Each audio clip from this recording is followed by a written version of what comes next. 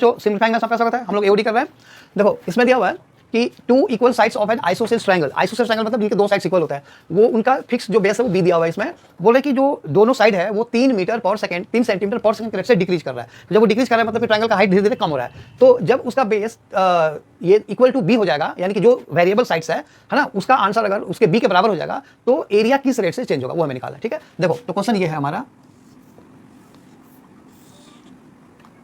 ठीक है, ये देखो ये दो साइड हमें इक्वल दिया हुआ है और ये जो बेस है वो हमें बी दिया हुआ है। ठीक है ना, इसकी वैल्यू में बी दिया हुआ है। तो ये बोल रहे हैं कि जब ये इक्वल साइड 3 सेंटीमीटर पर सेकंड के रेट से कम होता जा रहा है, जब ये इसके बराबर हो जाएगा, इसका मतलब कि अभी फिलहाल ये इससे बड़ा है, बी से बड़ा है, तभी तो कम होते होते बी के बराबर हो रहा है। उस टाइम पे एरिया किस रेट से चेंज हो रहा है। तो देखो एरिया निकालने के लिए हमारे पास क्या फॉर्मूला होता है, base 1/2 into base into height. Base तो ये है बट हाइट नहीं है, तो हाइट हम खुद ही बनाएंगे। तो यहाँ से परपेंडिकुलर हमने ड्रॉ कर लिया, ये जो परपेंडिकुलर है यही हाइट होता है, ये वाला जो साइड है वो हम x मान लेते हैं, ये x है। ठीक है ना, तो जब देखो जब ये दोनों साइड इक्वल होता है तो ये जो परपेंडिकुलर होता है ना वो मिड पॉइंट होता है, ये कॉन्ग्रुएंसी यानी कि 9 10 की ज्योमेट्री है।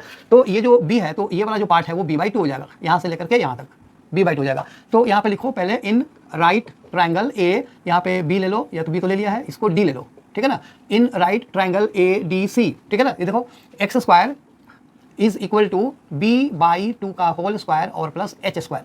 ये जो हाइट है वो हमने h ले लिया। ठीक है ना, सो दिस इंप्लाइज हमें h निकालनी है, तो h square equal to x square minus b square by 4, यानी कि 4x square minus b square by 4। This implies h equal to under root 4x square minus b square by 2।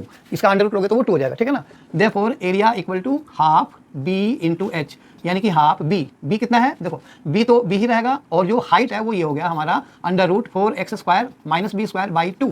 So dA/dt। अब क्या करना है, हमें dA/dt rate of change of area निकालना है। तो ये b/4 को तो तुम पहले लिख लो, रूट x का डेरिवेटिव क्या होता है 1/2 रूट x, यानी कि 1/2 under root 4x square minus b square into अंदर वाले का डेरिवेटिव चेन रूट है। तो जो वेरिएबल पार्ट है वो x है, b तो कांस्टेंट है ना, फिक्स लिखा हुआ है, तो कांस्टेंट है तो ये यानी कि जो x है वही वेरिएबल है। ठीक है ना, तो ये हो जाएगा हमारा 8x, और फंक्शन x का है लेकिन हम कर रहे हैं t के रिस्पेक्ट में, तो इंटू dx/dt। ठीक है, 4 to 8, ये देखो ये 8 कट गया। ठीक है ना, तो अब जो बचा हुआ है उसको लिखो। सो इन्होंने बोला हुआ कि x equal to b, so b और into 1/4 b square minus b square into b into dx/dt। देखो dx/dt हमें दिया हुआ है -3, माइनस क्यों लगाया, क्योंकि डिक्रीज कर रहा है। ठीक है ना, ये तो तुम्हारा हो गया, और ये जो dA/dt वो हमें निकालना है। तो ये हो गया हमारा b इंटू बी अपॉन, ये देखो 4b square minus b square 3b square, तो रूट 3 इंटू b इंटू -3, तो b से b कट गया और इससे ये कट जाएगा, तो -√3 into b this centimetre square पर सेकंड। माइनस का साइन ये शो करता है कि डिक्रीज हो रहा है, तो अगर तुम माइनस नहीं लगाओगे तो तुम्हें डिक्रीजिंग लिखना पड़ेगा वर्ड में, डिक्रीजिंग, और नहीं तो माइनस लगा दिया तो वो लिखने की जरूरत नहीं है। ठीक है ना, चलो आई होप वीडियो समझ में आया। अगर आए तो इसे लाइक करो, शेयर करो, सब्सक्राइब जरूर करना। Thank you.